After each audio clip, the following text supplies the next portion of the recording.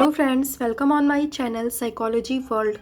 और यहाँ हम बात कर रहे हैं एंटी-नेट साइकोलॉजी की, और इसके टॉपिक्स हम यहाँ पे कवर कर रहे हैं। यहाँ हमारे सिलेबस का unit first emergence of psychology and second unit research methodology and stats complete हो चुका है। इसके ऑल टॉपिक्स के वीडियोस अपलोड कर दिए गए हैं, प्लेलिस्ट में जाकर आप देख सकते हैं। वीडियो के डिस्क्रिप्शन में आपको लिंक अवेलेबल हो जाएगा। और यहाँ पर हमारा third unit psychological testing start किया जा चुका है, और आज इस वीडियो में हम डिस्कस करेंगे टाइप्स ऑफ टेस्ट के बारे में। उससे पहले यहाँ पर हम थोड़ा सा ब्रीफ कर लेते हैं कि प्रीवियस वीडियोस में हमने क्या क्या चीज़ें पढ़ी थी। प्रीवियस वीडियोस में हमने साइकोलॉजिकल टेस्टिंग के मीनिंग को समझा था, और इसको और ज़्यादा इलाबोरेट करते हुए हमने साइकोलॉजिकल मेज़रमेंट और फिज़िकल मेज़रमेंट में डिफरेंसेस को देखे थे। इसके अंतर्गत हमने कई पॉइंट्स देखे थे, और इसके साथ ही हमने अलग अलग मेज़रमेंट के टाइप्स के बारे में भी हमने देखा था। और हमने देखा था कि मेज़रमेंट के 4 अलग अलग टाइप्स बतलाए गए हैं। इन सबको हमने अलग अलग डिफ़ाइन किया हुआ था एग्जाम्पल के साथ में। ये टॉपिक हमारा कंप्लीट हो चुका था, और आज की इस वीडियो में हम बात करने वाले हैं टाइप ऑफ टेस्ट के बारे में, कि टेस्ट कितने तरह के टेस्ट साइकोलॉजी में कितने तरह के साइकोलॉजिकल टेस्ट होते हैं। तो वीडियो को हम स्टार्ट करते हैं। Let's start. Types of psychological testing. तो यहाँ पर साइकोलॉजिकल टेस्टिंग को अलग अलग क्राइटेरिया में बांटा गया है। इसको अलग अलग साइकोलॉजिस्ट ने, अलग अलग स्कॉलर्स ने अपने अपने अकॉर्डिंग इसको डिफ़ाइन किया है, इसको क्लासीफाइड किया हुआ है। तो यहाँ पर मेनली जो इम्पॉर्टेंट क्लासिफिकेशंस हैं उनको यहाँ पर हम वन बाय वन में देखेंगे। तो सबसे पहले तो हम देखते हैं कि इसको क्रियान्वयन की अवस्थाओं की कसौटी के आधार पर इसको बांटा गया है। मीन्स टेस्ट को किस तरह से उसका संचालन करते हैं, उसको परफॉर्म करते हैं, उस क्राइटेरिया के अकॉर्डिंग इसको 2 पार्ट्स में डिवाइड किया गया है। सबसे पहला है व्यक्तिगत परीक्षण और दूसरा है समूह परीक्षण। अब यहाँ पर इसको हम वन बाय वन देख लेते हैं कि ये दोनों क्या चीज़ें होती हैं। मीन्स टेस्ट को किस तरह से परफॉर्म किया जाता है, टेस्ट को किस तरह से किया जाता है, उसके अकॉर्डिंग इसको 2 भाग में बांटा गया है। यहाँ बिल्कुल भी कंफ्यूज होने की ज़रूरत नहीं है। 2 भाग हैं, व्यक्तिगत परीक्षण इंडिविजुअल टेस्टिंग और ग्रुप टेस्टिंग समूह परीक्षण। तो यहाँ पर जैसा कि बिल्कुल नाम से हमें पता लग रहा है कि व्यक्तिगत परीक्षण क्या होता है, इंडिविजुअल टेस्टिंग क्या होता है, कि जब किसी टेस्ट को एक टाइम में एक ही व्यक्ति के ऊपर अप्लाई किया जा सके तो इसको इंडिविजुअल टेस्टिंग कहा जाता है। जैसे हम आईक्यू टेस्ट की बात कर सकते हैं, जैसे आईक्यू टेस्ट में हम ब्लॉक डिज़ाइन टेस्ट के बारे में हम बात कर सकते हैं, पास अलोंग टेस्ट के बारे में बात कर सकते हैं। तो यहाँ पर हम देखते हैं कि यहाँ पर ये जो टेस्ट होता है वो एक टाइम में हम एक ही व्यक्ति के ऊपर अप्लाई कर सकते हैं। और जब ग्रुप टेस्ट की बात आती है तो बिल्कुल नाम से हमें पता चल रहा है कि जिसको समूह में, जिसको कि ऑपरेट किया जा सके, जिसको समूह में परफॉर्म किया जा सके। मीन्स एक पूरे ग्रुप के ऊपर एक ही टाइम में किसी टेस्ट को अप्लाई करना, किसी टेस्ट को की टेस्टिंग करना, इसी को ग्रुप टेस्टिंग कहा जाता है। बिल्कुल सीधा सा एक लाइन में यहाँ पे लिखा हुआ है कि इसका क्रियान्वयन एक समय में अधिक लोगों पर किया जा सकता है। जैसे जलोटा आईक्यू टेस्ट।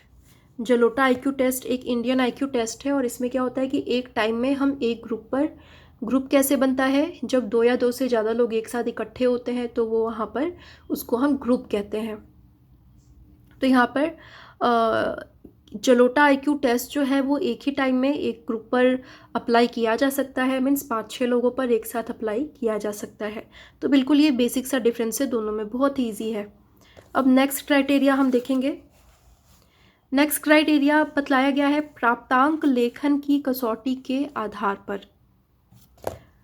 मीन्स हमने टेस्टिंग तो अप्लाई कर दिया, अब उसके बाद हमें जो आउटपुट्स मिल रहे हैं उसको हम किस तरह से उसको एनालिसिस करेंगे। इस आधार पर टेस्टिंग को, साइकोलॉजिकल टेस्टिंग को 2 पार्ट्स में डिवाइड किया गया है, वस्तुनिष्ठ ऑब्जेक्टिव एंड सब्जेक्टिव आत्मनिष्ठ। तो यहाँ पर भी बिल्कुल ये क्लियर है। सब्जेक्टिव टेस्टिंग, इसका मतलब है जैसे कोई क्वेश्चनायर हो सकता है जिसमें एमसीक्यूज हो सकते हैं, या फिर यस नो में आंसर करना हो, ऐसा हो सकता है। जैसे कि आपको फिल्म देखना पसंद है, इस तरह के क्वेश्चंस, हाँ या नहीं, इस तरह के क्वेश्चंस होंगे तो वहाँ पर उसको हम ऑब्जेक्टिव क्वेश्चंस हम कहेंगे कि बिल्कुल हाँ और नहीं में यहाँ पर यस नो में आंसर करना है, या फिर इस तरह के क्वेश्चंस हो सकते हैं कि क्या आपको क्या शोरगुल में आपको चिड़चिड़ाहट होती है, आप एग्रेसिव होते हैं, तो इस तरह के क्वेश्चंस हो सकते हैं। तो वहाँ पर 5 अलग अलग क्राइटेरियाज दे सकते हैं कि आप इस स्टेटमेंट से आप बिल्कुल अग्री करते हैं, डिसअग्री करते हैं, थोड़ा सा अग्री करते हैं, बिल्कुल अग्री नहीं करते, या फिर आप इस चीज़ के लिए, इस पॉइंट के लिए आप बिल्कुल न्यूट्रल हैं। तो इस तरह की स्केलिंग्स के बारे में भी, कि इस तरह के स्केल्स कैसे बनाए जाते हैं, इसके बारे में भी हम आगे डिस्कस करेंगे। तो यहाँ पर मीन्स कहने का मतलब यही है कि बिल्कुल ऐसे टेस्टिंग जहाँ पर कि बिल्कुल ऑब्जेक्टिव क्वेश्चंस होते हैं, ऑब्जेक्टिव आंसर्स होते हैं, मीन्स जहाँ पर बहुत ज़्यादा एनालिसिस करने की ज़रूरत नहीं पड़ती है, बस या तो येस हो सकता है या फिर नो हो सकता है, तो उस तरह की टेस्टिंग को हम ऑब्जेक्टिव टेस्टिंग कह सकते हैं। जैसे, और ये क्या होता है कि आत्मगत निर्णय से प्रभावित नहीं होता है। यहाँ पर ये पॉइंट ध्यान में रखना है, आत्मगत निर्णय। आत्मगत निर्णय का क्या मतलब है? जो रिसर्चर है, जो ऑब्जर्वर है, वो क्या सोचता है, वहाँ पर उसकी सोच का, उसकी थिंकिंग, उसकी पर्सनालिटी का यहाँ पर ऑब्जेक्टिव टेस्टिंग पर कोई भी इफेक्ट नहीं पड़ता है। तो ये यहाँ पर पॉइंट ध्यान में रखना है।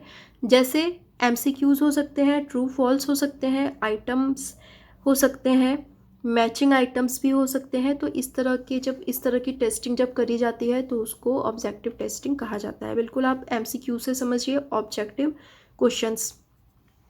नेक्स्ट इसमें बतलाया गया है सब्जेक्टिव टेस्टिंग। तो बिल्कुल ये नाम से ही स्पष्ट है, सब्जेक्टिव टेस्टिंग। यहाँ पर क्या होगा, ये बिल्कुल ऑब्जेक्टिव के जस्ट अपोजिट होगा। यहाँ पर ये ऐसे के रूप में हो सकता है, बिल्कुल यहाँ पर हाँ नहीं इस तरह के क्राइटेरिया में डिफाइन नहीं किया होता है। यहाँ पर आंसर या फिर रिस्पॉन्स, यहाँ पर सैंपल के द्वारा किया गया रिस्पॉन्ड अस्पष्ट भी हो सकता है। यहाँ पर ऑब्जर्वर या फिर रिसर्चर की थिंकिंग, उसकी पर्सनालिटी, उसके परसेप्शन, उसके मूड का प्रॉपर इफेक्ट यहाँ पे पड़ेगा। जैसे इसको सिंपल सा हम समझते हैं कि जब अगर कोई भी एग्ज़ामिनर है, अगर किसी बात से अगर उसका मूड ख़राब है, वो कॉपी को चेक कर रहा होता है, तो वहाँ पर जितने ऑब्जेक्टिव क्वेश्चंस होते हैं उनमें अगर किसी बच्चे ने सही सही सारे ऑब्जेक्टिव आंसर्स दिए हुए हैं, तो वहाँ पर एग्ज़ामिनर की ड्यूटी बन जाती है कि वो सही आंसर के लिए बच्चे को सही मार्क्स भी देगा।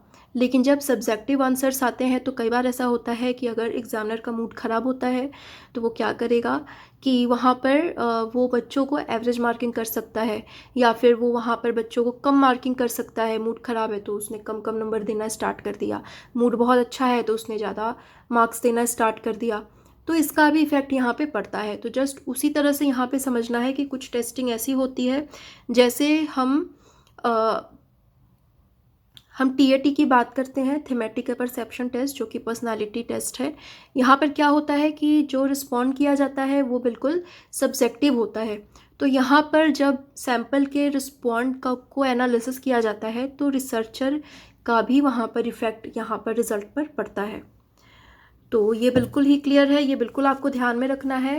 प्राप्तांक लेखन की कसौटी के आधार पर 2 पार्ट्स में डिवाइड किया गया है, ऑब्जेक्टिव एंड सब्जेक्टिव। नेक्स्ट देख लेते हैं, रिस्पॉन्ड की कसौटी पर मीन्स किस तरह से रिस्पॉन्ड किया जाता है सैंपल के द्वारा या फिर सब्जेक्ट के द्वारा। जिस पर टेस्ट किया जाता है उसको साइकोलॉजी में सब्जेक्ट कहा जाता है। ये बिल्कुल ध्यान में आपके होने चाहिए। और जब किस तरह से सब्जेक्ट रिस्पॉन्ड करता है उसके इस क्राइटेरिया पर 3 पार्ट्स, नो ओनली 2 पार्ट्स ही बतलाए गए हैं। 2 पार्ट्स में डिवाइड किया गया है, क्षमता परीक्षण एंड गति परीक्षण। यहाँ पर क्षमता परीक्षण क्या है, इसमें एकांशों के उत्तर के लिए व्यक्ति को पूरा समय दिया जाता है। और गति परीक्षण क्या है, इसमें व्यक्ति को एक सख्त समय सीमा दी जाती है और उसके भीतर ही उसे एकांशों का जवाब देना होता है। अब यहाँ पर क्या है कि कोई भी सब्जेक्ट किस तरह से रिस्पॉन्ड करता है उसके अकॉर्डिंग भी टेस्टिंग को 2 पार्ट्स में डिवाइड किया गया है, कैपेबिलिटी और गति परीक्षण, मोटर टेस्टिंग। यहाँ पर जो कैपेबिलिटी टेस्टिंग होती है, यहाँ पर मेनली क्या है कि कोई भी टाइम लिमिट नहीं देखा जाता है, वो सब्जेक्ट के ऊपर डिपेंड करता है कि वो जितना टाइम लेना चाहे वो ले सकता है। लेकिन जब गति परीक्षण की बात करी जाती है, मोटर टेस्टिंग की बात करी जाती है, तो यहाँ पर बिल्कुल एक टाइम लिमिट होता है और उसी टाइम लिमिट के अंदर में ही सब्जेक्ट को रिस्पॉन्ड करना होता है। अगर वो उस टाइम लिमिट के अंदर में रिस्पॉन्ड नहीं करता है तो फिर उसको वहाँ पर रिज़ल्ट पर कंक्लूज़न में हम काफ़ी डिफरेंसेस हमें देखने को मिलता है। जैसे इस तरह के टेस्ट हो सकते हैं, जैसे डीएटी हो सकता है, डिफरेंशियल एप्टीट्यूड टेस्ट, लिपिक परीक्षण हो सकता है, टाइपिंग टेस्ट हो सकता है। इस तरह की मोटर टेस्टिंग है जिसमें कि प्रॉपर एक टाइम लिमिट दिया जाता है और वहाँ पर रिस्पॉन्ड को मेजरमेंट किया जाता है। एंड आगे देखते हैं। नेक्स्ट क्राइटेरिया बतलाया गया है, एकांशों या प्रश्नों के स्वरूप की कसौटी के आधार पर। मीन्स यहाँ पर जो क्वेश्चंस होता है, जो प्रश्न होता है, वो किस तरह का होता है, जो टेस्टिंग होती है वो किस तरह की होती है, उसके आधार पर यहाँ पर 4 पार्ट्स में डिवाइड किया गया है। शाब्दिक परीक्षण, वर्बल टेस्टिंग, अशाब्दिक परीक्षण, नॉन वर्बल टेस्टिंग, क्रियात्मक परीक्षण, परफॉर्मेंस टेस्टिंग एंड अभाषाई परीक्षण, नॉन लैंग्वेज टेस्टिंग। यहाँ पर सबकी कुछ अपने अपने अलग अलग कैरेक्टरिस्टिक्स बतलाए गए हैं। और यहाँ पे सबसे पहले हम देखते हैं शाब्दिक परीक्षण के बारे में, verbal testing. What is verbal testing? तो यहाँ पर इसको देखते हैं कि इसमें व्यक्ति एकांश को खुद पढ़ता है और फिर समझकर निर्णय देता है। इसमें व्यक्ति को पढ़ने लिखने की क्षमताओं की माप की जाती है। इसे कागज पेंसिल परीक्षण भी कहा जाता है, जैसे जलोटा सामूहिक सामान्य IQ टेस्ट, मेहता सामूहिक बुद्धि परीक्षण। यहाँ पर जैसा कि नाम से ही स्पष्ट हो रहा है, वर्बल टेस्ट क्या होता है कि इसमें व्यक्ति को अपने, जैसे उसके पास जब क्वेश्चन आयर आता है तो उसको खुद ही पढ़ना होता है और ट्रू फॉल्स में, यस नो में उसको वहाँ पर रिप्लाई करना होता है, रिस्पॉन्ड करना होता है। और ध्यान में रखना है कि वर्बल टेस्टिंग को कागज पेंसिल टेस्टिंग भी कहा जाता है। ये भी प्रीवियस पेपर में आ चुका है कि कागज पेंसिल टेस्टिंग निम्न में से कौन है। तो यहाँ पर ये छोटे छोटे पॉइंट्स आपको ध्यान में रखना है क्योंकि नेट के क्वेश्चन आपके यहीं से बनते हैं। और इसमें क्या होता है कि इस वर्बल टेस्ट की लिमिटेशन हो जाती है कि यहाँ पर जो लोग पढ़े लिखे नहीं हैं, जो लोग अनपढ़ हैं, वो यहाँ पर उन पर इस टेस्ट को अप्लाई नहीं किया जा सकता। नेक्स्ट देखते हैं अशाब्दिक परीक्षण। इसमें क्या है कि इसमें डायरेक्शन तो लैंग्वेज में ही दिया जाता है, लेकिन यहाँ पर एकांश चित्रित होते हैं। मीन्स यहाँ पर क्या होता है कि अशाब्दिक परीक्षण, जैसा कि नाम से ही बिल्कुल क्लियर हो रहा है, नॉन वर्बल टेस्टिंग। यहाँ पे क्या होता है कि रिसर्चर डायरेक्शन तो बिल्कुल बता करके देगा कि आपको ऐसे करना है, आपको अब स्टार्ट करना है, मेरे स्टार्ट कर कहते ही आपको स्टार्ट कर देना है, मेरे स्टॉप कहते ही आपको रुक जाना है।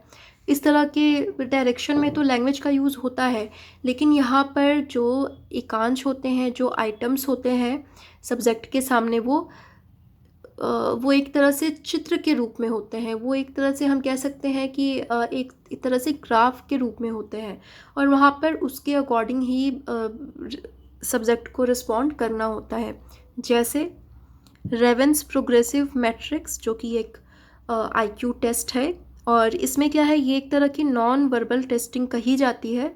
और इसका सबसे अच्छा एग्जांपल हम देख सकते हैं कॉम्पिटिटिव एग्ज़ाम्स में जो रीजनिंग का पोर्शन आता है, जो जैसे ग्राफिकल रीजनिंग जिसको कहते हैं, जहाँ पर कि 3 एक तरह के ग्राफ्स बनाए जाते हैं और 4th ग्राफ्स आपको खुद ही सोचना पड़ता है, खुद ही देखना पड़ता है, लॉजिक लगाना पड़ता है कि 4th वाला जो ब्लैंक है वहाँ पर कौन सा ग्राफ सूट करेगा। तो इस तरह के क्वेश्चंस या फिर इस तरह के आइटम्स हम कह सकते हैं कि नॉन वर्बल आइटम्स होते हैं। और इसकी सबसे बड़ी विशेषता ये है कि इसको जो लोग पढ़े लिखे नहीं हैं उन पर भी आसानी से अप्लाई किया जा सकता है। नेक्स्ट है क्रियात्मक परीक्षण, परफॉर्मेंस टेस्ट। इसमें क्या होता है कि इसमें व्यक्ति के सामने कुछ वस्तुएं वास्तविक रूप से उपस्थित होती हैं जिनमें जोड़ तोड़ करके उसका उत्तर ढूंढा जाता है। मीन्स यहाँ पर परफॉर्म किया जाता है। यहाँ पर जो सब्जेक्ट होता है उसको कोई भी ग्राफ को देखकर नहीं बताना होता है, उसको कुछ भी यस नो नहीं करना होता है। वहाँ पर सब्जेक्ट को परफॉर्म करना होता है। जैसे कि इंटेलिजेंस टेस्ट बतलाया गया है, पास अलोंग टेस्ट।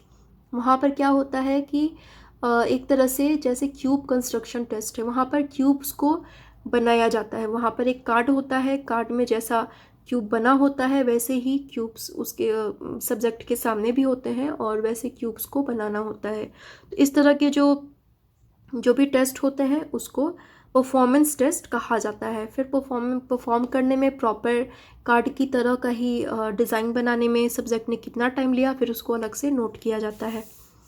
नेक्स्ट देखते हैं अभाषाई परीक्षण, नॉन लैंग्वेज टेस्ट।